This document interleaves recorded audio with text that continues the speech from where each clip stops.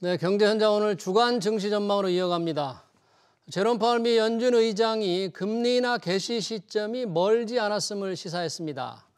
하지만 주말에 발표된 미국의 2월 고용지표가 혼선을 줘서 투자자들은 이번 주 발표될 2월 소비자 물가지수에 촉각을 곤두세우고 있죠. 2월 CPI에 따라 시장 금리가 영향을 받고 채권 투자자들도 민감하게 반응할 텐데요. 관심이 높아지고 있는 채권 투자. 임재균 KB증권 연구원 모시고 자세히 들어보겠습니다. 연구원님 어서 오십시오. 예, 안녕하세요.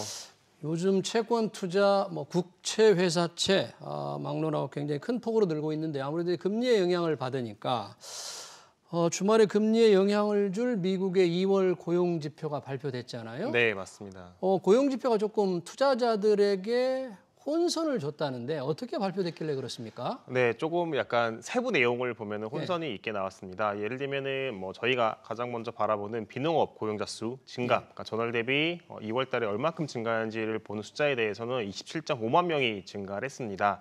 시장 예상치가 20만 명이었다라는 점을 고려를 하면은 굉장히 잘 나왔다라고 그러네요. 보시면 될 것 같습니다. 예상보다 훨씬 신규경이 늘어났는데. 네, 맞습니다. 굉장히 잘 나왔는데 이게 문제가 보통 이게 2월 달 숫자가 나오면은 그전 2개월치, 그러니까 이번에 2월 달 숫자가 나왔으니까는 작년 12월과 1월 같은 경우는 수정 숫자가 이제 새로 바뀝니다.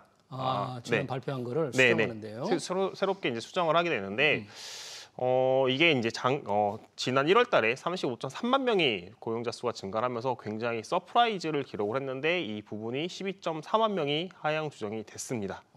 네, 실제로 네. 그렇게 많지 않았다. 네, 굉장히 큰 폭으로 그러네요. 하향 조정이 되면서 실질적으로 2월 달에 고용 호조가 약간 반감된 영향이 있었다라고 보시면 될 것 같고요. 그리고 이제 실업률 같은 경우에도 지난 1월까지는 3.7%로 굉장히 낮은 역사적으로 낮은 수준을 기록을 했는데 이번에 2월 달 같은 경우는 3.9%로 증가를 했습니다. 실업률이 다시 뛰었다. 네, 이게 좀 들으시는 분들 입장에서는 왜 고용자 수가 증가를 했는데 그러네요. 실업률이 올라가나? 왜 상승했는지 이거에 대해서 좀 궁금증을 갖고 있을 수 있는데 이게 조사를 하는 대상이 다릅니다. 그러니까 저희가 바라보는 앞서서 말씀드린 비농업 부분 고용자 수 같은 경우에는 조사 대상이 기업이에요. 기업들로 하여금 자 너희들 고용 얼마나 증가를 했냐 이렇게 물어봐서 조사를 하는데 실업률 같은 경우는 이제 실제로 가게 애를 대상으로 조사를 합니다. 당신은 지금 일하고 있냐 아니면 실업 상태냐라고 이제 물어봐서 이 부분들이 실업자라고 이제 잡히는 부분들인 건데 이게 3.9%로 지난달 3.7%보다 0.2%포인트 상향 조정이 된 상황이다라고 보시면 될 것 같고요. 네. 그러다 보니까는 이제 그 가게를 대상으로 조사를 하는 일하고 있냐 아니면 실업 상태냐 이거에 대해서도 일하고 있는 사람들이 1월 달 대비해서 18.4만 명이 감소를 했습니다.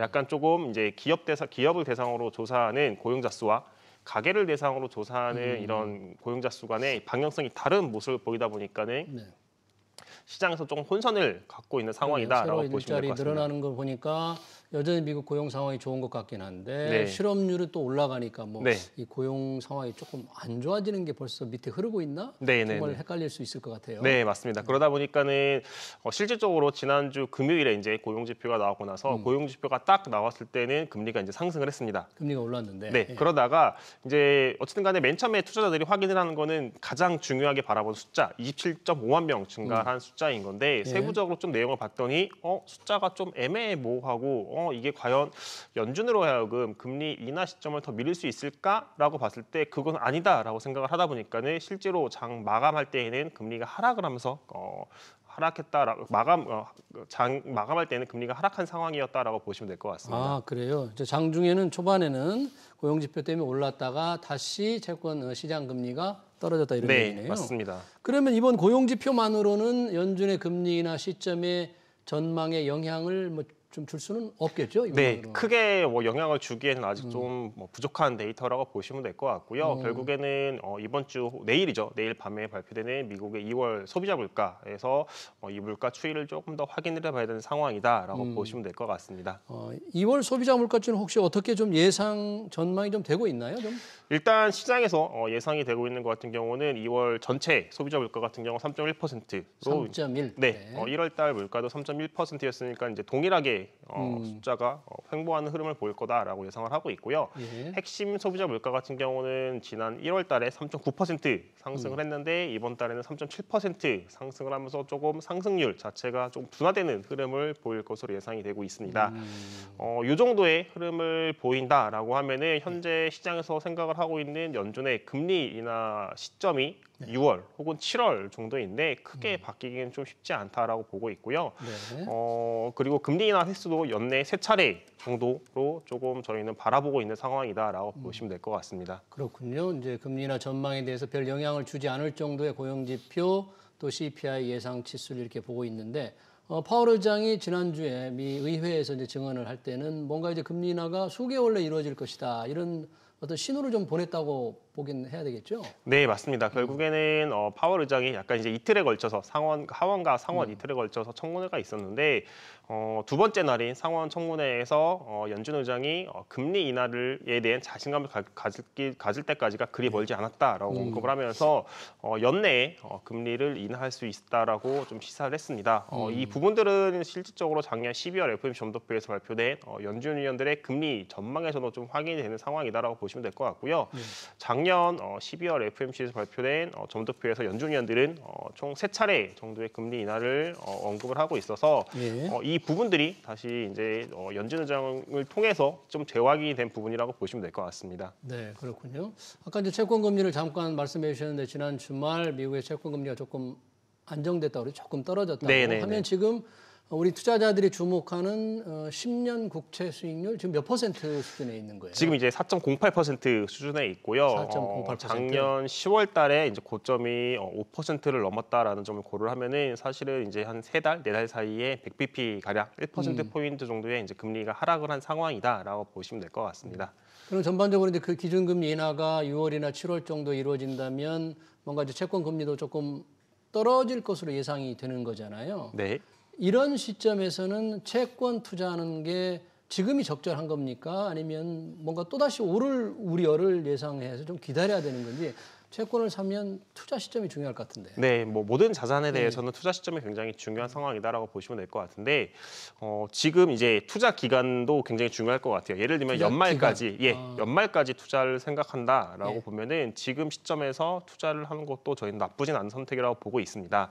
지금 미국채 10년물 금리가 4.08% 정도 기록을 하고 있는데 이미 이 부분에 대해서는 연내 6월이나 7월 달에 인하 시작을 해서 3차례 인하까지 반영이 된 상황이다라고 보면 될 것 같고요. 근데 이제 시간이 지나면 지날수록 금리 인하가 본격적으로 시작이 되면 더 하락을 할 수는 있습니다. 그러다 보니까는 그런 기대감, 금리 인하가 더 반영이 되면서 시장 금리가 더 떨어질 수 있는 기대감을 가지고 투자를 연말까지 놓고 본다라면은 저희는 조금 승률상으로 투자 승률상으로는 굉장히 높은 승률을 보일 거다라고는 보고 있는데 지금 딱 들어갈 수 있느냐 아니면은 지금보다 더 싸게 들어갈 수 있는 시점이 없느냐라고 봤을 때는 저희는 현재보다는 좀 싸게 들어갈 수 있는 시점은 충분히 있는 상황이다라고 지금보다 싸게 들어간다는 얘기는 지금보다 채권 값이 좀 더 떨어질 수 있다. 네, 맞습니다. 채권 값이 떨어지고 바꿔서 말하면은 금리는 더 올라갈 수 있는 올라갈 가능성도 있다 이런 거잖아요. 네, 맞습니다. 왜 그러냐면은 왜 저희가 이제 많은 투자자분들이 조금 착각을 하시는 게 선물 시장에서 지금 생각을 하고 있는 게 6월 혹은 7월에 인하를 시작을 해서 연내 3차례 인하를 반영을 하고 있거든요. 근데 이건 실질적으로 미국채 10년물 혹은 뭐 2년, 3년, 10년 이런 금리에는 다 이미 반영이 되어 있는 상황입니다. 결국에는 시장 금리가 더 하락을 하기 위해서는 여기에서 인하 시점이 더 앞당겨지거나 혹은 올해 인하폭이 더 커져야 되는 상황인 거죠. 근데 지금 보면은 앞서서 말씀드린 것처럼 연내 3번 정도의 선물 시장에서는 3번 정도의 인하를 반영을 하고 있고요. 이 부분은 연준 위원들의 생각과 거의 동일합니다. 작년 12월에 발표된 점도표의 생각과 동일하다라고 보면 될 것 같은데 최근에 1월달, 2월달 지표들을 보면은 굉장히 좀 경제 지표가 미국의 경제 지표는 굉장히 견고한 모습들이 보였어요. 그리고 지난주에 나왔던 미국의 고용 지표에서도 실업률이 상승을 했는데 왜 상승했냐라고 보면은 경제활동 참여자 수가 증가한 겁니다. 더 빠르게. 결국에는 일하려고 하는 사람이 10만 명이 증가를 했는데 일자리가 그걸 한 번에 다 소화를 못하는 거죠. 그러면 이게 시간을 두고 이 10만 명의 고용자 수, 그 경제활동 참여 수가 시간을 두고 다 고용시장에 흡수가 되기 때문에 실업률 같은 경우에는 다시 하락을 할 수 있는 상황이다. 이런 것들은 작년 5월과 그리고 8월 달에도 이런 모습들이 좀 보였다라고 보시면 될 것 같아요. 그러다 보니까는 3월 달, 오는 3월 달 FOMC에서 발표된 점도표에서는 조금 연준 위원들의 금리 전망 횟수가 좀 바뀔 수 있습니다. 지금 3차례 인하 전망을 하고 있는데 2차례나 혹은 좀 그 이상까지도 인하 횟수가 줄어들 수 있는 금리 인하 횟수가 줄어드는 쪽으로 연준위원회 전망이 바뀔 수 있다. 네, 맞습니다. 왜 그러냐면은 보스틱 애틀란타 연원 총재가 말씀을 하신 게 올해 금리 인하 횟수가 기본적으로 2차례 생각을 하고 있는데 한 차례까지 줄어들 가능성도 있다라고 언급을 했고요. 그리고 경기가 좋다라고 하면은 왜 올해 금리를 인하해야 되냐라고 언급을 했거든요.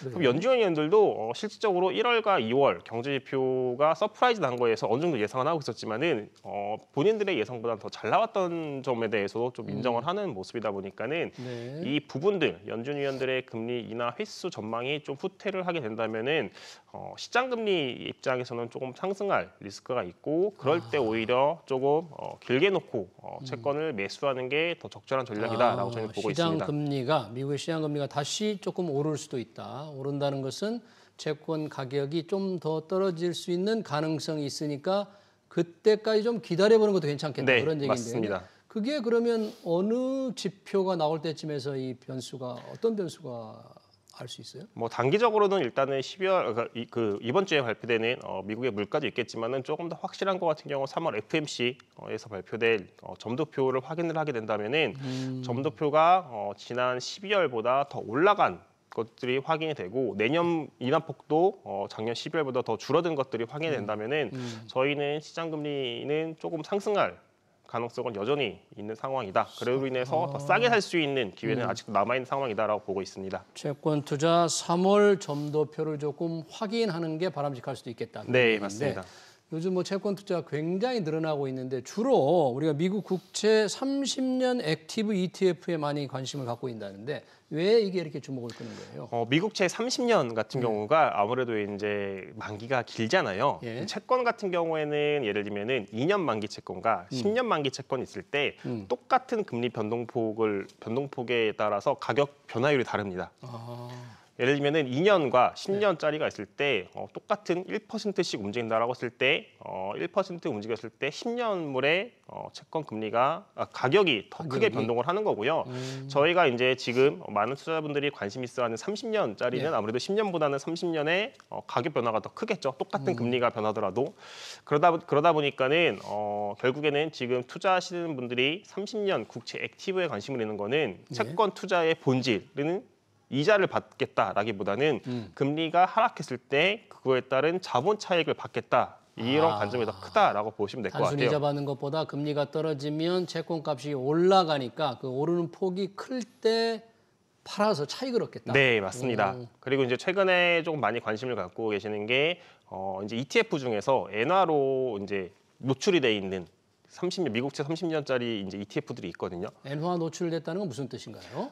이제 저희가 미국채 30년을 투자하면은 기본적으로 요 환율은 미국 달러입니다. 달러. 네, 그죠. 이제 미국 달러가 강세를 보이면은 그 환율상으로 이익이 나고 그 달러가 약세를 보이면은 환율에 이제 손실이 나는데 이 환율에 대한 노출이 미국 달러가 아니라 엔화로 바꿔놓은 거죠.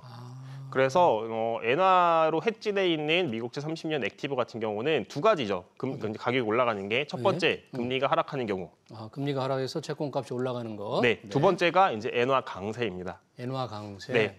사실 이제 작년 말부터 해가지고 많은 분들이 엔화 투자에 많은 관심들을 보이다 보니까는 이렇게 약간 두 가지 상품들이 결합돼 있는 ETF들도 최근에 이제 출시가 됐고 상장되고 있는 상황이다라고 보시면 될 것 같습니다. 그러네요. 이제 일본이 마이너스 금리를 끝내게 되면 엔화 가치가 올라갈 가능성이 있다. 그런 게 저런 투자 상품에 조금 네, 맞습니다. 일어나는 이유군요.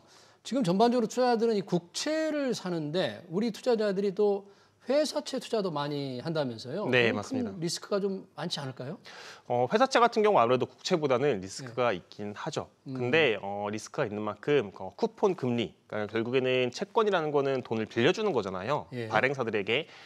그런 이자율 자체가 국채보다 훨씬 높기 때문에 이 부분들에 대해서 조금 어느 정도 리스크를 감안하겠다라고 보시면 될 것 같고 근데 이제 국채와 달리 우리나라 회사채 같은 경우는 만기가 좀 짧습니다. 만기가? 네, 우리나라 이제 국채 같은 경우는 2년, 3년, 뭐 최대 50년까지 발행이 되는데 일반 회사채들 같은 경우에는 보통 2년에서 3년 정도의 이런 만기를 가지고 있고 그러다 보니까는 2년 혹은 3년 내로만 이제 회사채가 문제가 없이 잘 이루어진다면은 사실은 이제 투자를 했을 때 확정적인 이자 수익을 받을 수 있는 상황이다라고 보시면 될 것 같아요. 회사채를 투자하려면 이 투자 등급을 조금 유의해서 봐야 됩니까? 어떤 등급까지만 투자할 수 있는 거예요? 우리나라 같은 경우에는 이제 트리플 B라고 해가지고요. 실제로 이제 국제 기준상으로는 트리플 B가 이제 투자 등급 채권이라고 보시면 될 것 같고 더블 B 미만 같은 경우는 투기 등급이라고 해서 이제 보통 저희가 영어로는 하이힐드 채권이라고 하는데 국내 회사채들 같은 경우에는 이제 하이힐드